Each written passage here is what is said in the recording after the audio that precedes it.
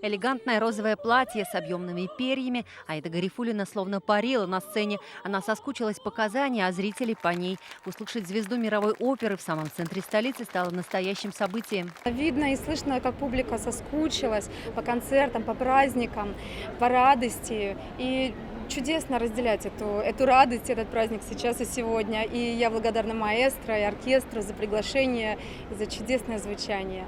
Фестиваль «Казанская осень» собрал 20 тысяч человек. Аида Гарифуллина выступала почти 2 часа в сопровождении симфонического оркестра Александра Сладковского. Тысячи людей собралось, и это так здорово, это греет душу.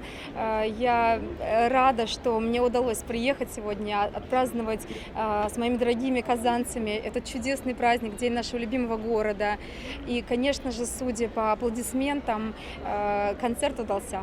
На фестивале «Казанская осень» Аида Гарифуллина выступала впервые, но пообещала обязательно повторить. Свое выступление под залпы салюта она завершила своеобразным признанием в любви республики. Исполнила песню «Мин Яратам Сине Татарстан».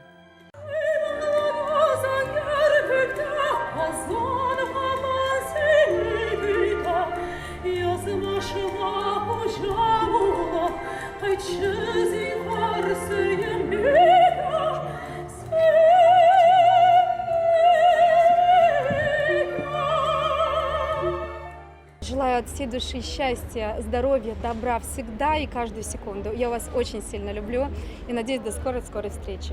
Юлия Гоголева, Рамиль Шайдуллин, Адель Миндубаев, ТНВ, Казань. Закажи рекламу на ТНВ. Телефон в Казани 5 705 100.